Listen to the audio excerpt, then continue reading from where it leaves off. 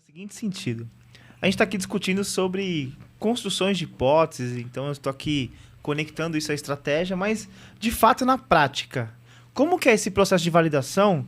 E aí eu quero ouvir um pouco de teoria, mas quero ouvir também se você traz aqui um pouco do seu conhecimento sobre validação de hipótese e como que você colocou isso em movimento no mercado. Conta aí pra gente. Me permita só abrir um parêntese aqui. Por mais que a gente tenha um histórico de tecnologia, é bom lembrar, time de tecnologia também participa desse processo colaborativo, né? Sem dúvida, sem dúvida. Ô, louco. Sem dúvida. Eu nem... Então, eu não coloquei... Eu só peço pro nem time coloquei de porque é básico, tecnologia, não, só não. peço, só Nem demanda. coloquei porque isso aí nem se comenta, Essa validação, Rafa, que você falou, ela pode acontecer de várias formas, né? Você pode validar as hipóteses num modelo que é um modelo que com baixa codificação, por exemplo, né, que a gente chama de modelo low code, né? Você pode validar algumas hipóteses de solução com pesquisa ou até mesmo construir uma solução com baixo nível de código, sem precisar programar muito, criação de formulários. A gente já até falou, acho que no primeiro episódio a gente fez algumas citações em relação a isso. E ali, o processo de validação de uma hipótese, ele tem um objetivo principal, que é aprender. O pensamento talvez um pouco mais antigo acha que tem que construir ali e já achar a solução final. O que é rico nesse processo é esse compromisso com o aprendizado. Independente de qual a forma, se você vai construir um protótipo, através daquele protótipo ali de baixa fidelidade, média ou de alta fidelidade, você vai colocar na mão de quem é afetado por aquele problema que a gente quer resolver, o objetivo principal é aprender. Com as métricas que a gente colocou, definiu nas hipóteses ali como critérios de validação, se vai de encontro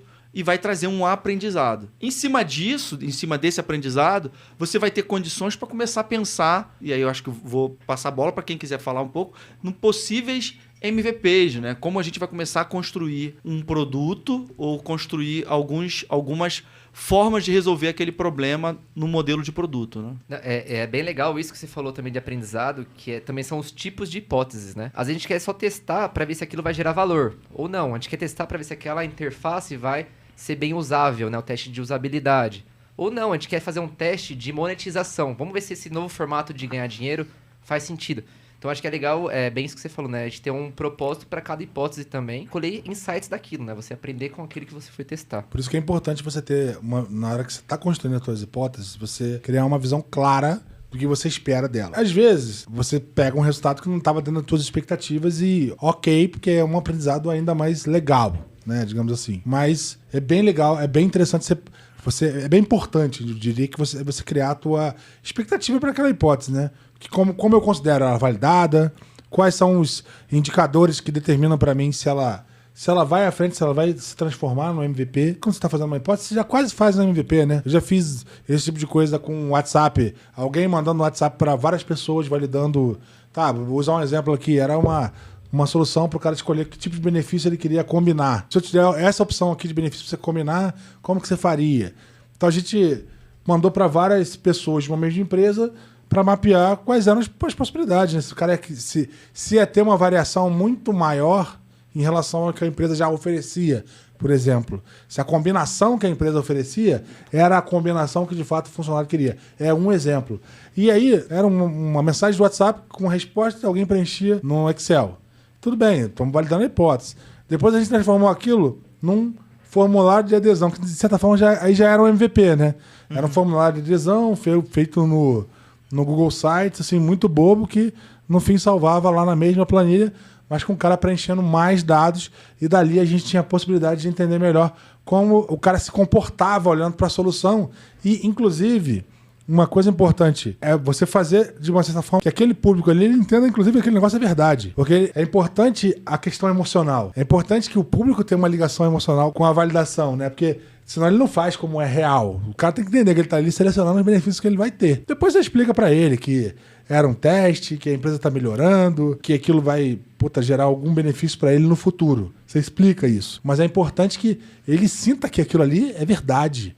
E não é blá blá blá, gente. Você vai ver comportamentos diferentes. Porque às vezes você vê um comportamento quando você está validando a hipótese. Quando você transforma a hipótese no MVP, que aí é essa coisa do cara ter um sitezinho ali, um Google Site, que ele acha que de fato está selecionando os benefícios dele e que no fim você vai entender o comportamento real, que no fim o cara respondeu uma coisa, mas na verdade na hora de selecionar, ele seleciona outra. Então, esse tipo de coisa que você acaba percebendo. Por isso que eu digo que é pôr em movimento, né? Você põe em movimento. Você validou. Aí, de repente, você pegou uma coisa que não é necessariamente que vai ser real, testou, quer dizer, botou aquilo no MVP. Quando você botou aquilo no MVP, percebeu algumas nuances. Olha só, cara, quantas camadas, né? Quantas layers de validação você está criando antes daquilo virar um produto no mercado, cara. Então a possibilidade de acertar o alvo é muito maior. Existem muitas discussões sobre o que é uma hipótese e o que efetivamente é um MVP. E eu reforço para os meus times, quando eu tô no dia a dia aqui tentando construir hipóteses para poder validar, quando a gente fala de um produto digital, para mim a hipótese nem sempre você tem a jornada completa. Então, por exemplo, nessa linha que você falou sobre o WhatsApp, eu poderia ter parte da jornada num processo digital. Então eu entrego ali para o cliente uma landing page, uma página que você coloca algumas informações, baseada nessas informações, a pessoa tem a perspectiva se aquilo ali gerou valor ou não. O grande ponto importante nisso tudo é taguear essas informações para que você consiga, de fato, mensurar. Medir se isso é importante, se isso de fato gera um valor. Uma vez que você construiu aquilo, e o cliente preencheu ali numa landing page que não tem nada, não tem nenhuma engrenagem por trás que tem regra de negócio e por aí vai. Uma vez que ele executou ponta a ponta aquele pedacinho da jornada, ele concluiu, você entendeu dele que de fato teve uma sensação de valor para aquela parte da jornada, aquilo gerou um impacto para o seu cliente, você mediu e sentiu que aquilo ali tem aderência, aí sim você parte para uma hipótese validada ou não. Você pode entender através das métricas de que, cara, o cara Não usou deu aqui e não deu certo. E esse é o grande ponto, o grande lance da tecnologia, para passar até para a gente discutir. E eu quero ouvir de vocês a conexão entre hipótese e MVP nessa linha. E para finalizar assim, ó, quando falam sobre o time de tecnologia estar participando, gente, entendam que o time de tecnologia não é mais o time de tecnologia. É o time de produto. O time de tecnologia são as pessoas que por acaso vão desenvolver a tecnologia, mas ela faz parte do time de produto. Quando você fala assim, o time de tecnologia ele é caro. Não é o time de tecnologia, é o time do produto. Entenda que o seu produto tem aquela composição. Eu venho ouvindo isso assim, em algumas situações, em algumas consultorias, palestras que eu participo, de que o time de TI seu é caro. Gente, nós estamos olhando para produtos digitais, que por acaso usam tecnologia para alavancar esses produtos. Então é natural. Sobre essa questão da diferença entre hipótese e MVP, e já partindo sobre uma experimentação que produz escala. Na linha que a gente está discutindo sobre validar, MVP, e depois como isso gera um impacto e falar agora eu tenho que colocar esse negócio a acelerar. Me veio à cabeça aqui o exemplo do Nubank. Poxa, vocês acham que o Nubank ele não poderia, indo um pouco mais para essa linha de construção de produto, eles já poderiam estar credenciando, cadastrando os possíveis clientes? Poderia, que seria um mecanismo de cadastro, né, um formulário, se vai ser dentro do app ou não. Mas eu lembro lá no início, você era indicado para poder depois sim você fazer o seu cadastro e tal. Então pode ser que na estratégia de construção do produto não faria sentido de repente já sair credenciando as pessoas. Eu não estava na construção lá, Zé, então não consigo afirmar. Pelo movimento que eles colocaram, estrategicamente faria muito mais sentido como estratégia de um MVP deles ter um processo de indicação. É bem provável que nos critérios de avaliação ali de sucesso deles, cara, como é que vai ser o nível de indicação, né? De pessoas que vão estar se credenciando ou sendo indicadas para serem cadastradas. Então, acho que isso faz muito parte da estratégia da construção do produto e também, talvez, teria uma métrica ali de engajamento, né? Então, isso tudo é importante avaliar, que pode estar dentro dos critérios de validação ali, né? Eu acho que tem uma diferença, né, entre você criar uma estratégia para crescer, né, uma estratégia de growth, uma estratégia de validação. E a gente entra num aspecto um pouco mais conceitual, complementar um pouco do que você falou. Olhando pro exemplo lá do benefício, a hipótese foi feita com uma mensagem de WhatsApp com uma lista de opções e benefícios. Foi validada assim, as pessoas selecionavam hipóteses, selecionavam benefícios que de fato eram diferentes do que a empresa oferecia em termos de combinação. Depois, quando a gente criou uma interface que era bem parecido, assim, bem na linha do que seria publicado numa versão escalável, né? A A gente fez um MVP, em geral o MVP não escala. E pra você, essa é a grande diferença entre uma hipótese e um MVP? Exatamente. Que a hipótese você pode validar a hipótese com MVP, ou você pode validar a hipótese com uma mensagem de WhatsApp, uma planilha Excel, um formulário. E aí o MVP ele já é uma coisa que ele simula a vida real, é uma simulação mesmo, do tipo, cara, você está selecionando seus benefícios agora.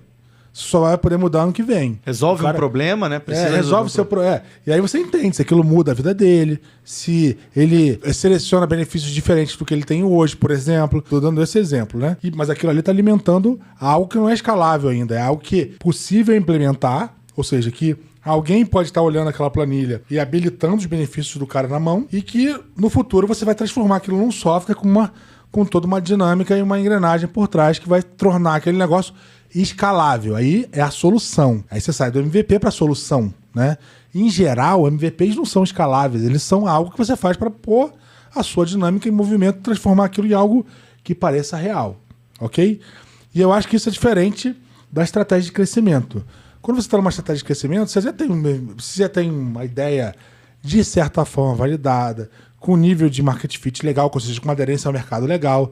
E aí você cria uma engrenagem de crescimento. Porque, assim, existe uma crença gigantesca de que quando você consegue juntar muita gente, né? Vou refrasear. Quando você consegue juntar muita gente, se você tem... É difícil pra caralho, né, Zé? Se você tem 60 milhões, 100 milhões de pessoas conectadas a algo seu, você tem algo poderoso. Você tem algo poderoso. Por mais que não dê dinheiro, sabe a engrenagem da escala ainda não movimente a engrenagem da grana, do resultado, você já tem algo muito poderoso, tão poderoso que agora você precisa ajustar para que as duas coisas se encaixem e que, de fato, a engrenagem do crescimento movimente a engrenagem do resultado. É a lógica de crescimento. O olhinho do Zé brilhou, hein? O olhinho do Zé brilhou ali. Tem uma diferença entre as duas coisas. É importante a gente situar pra gente também não colocar energia demais numa coisa em detrimento da outra, né? Não, o Zé, ele falou bastante coisa interessante, que é show de bola, o Zé é sensacional. Mas voltando só um pouquinho pra trás... Quer dar um abraço nele, mano? Acho que eu posso dar um abraço aí, Zé? Não, mas só voltando um passo pra trás, questão de hipótese ali, pra gente ir pra um próximo passo de solução. Eu acho que a gente tem 3 pré-validações, que eu acho que aquilo que a gente discutiu no comecinho de multidisciplinaridade vai ajudar nessas 3 pré-requisitos, vamos dizer assim, entre aspas. A primeira delas, qual que é? Gera valor? O cliente, ele ama, a pessoa que vai utilizar aquilo lá ama. Esse pra mim é o principal. Segunda, que vai vir junto ali, né? É financeiramente viável fazer isso? E o terceiro, que é aquilo que a gente falou o time de tecnologia tá junto ou não tá? É o que vem para encaixar embaixo, que é tecnicamente viável a gente fazer essa solução?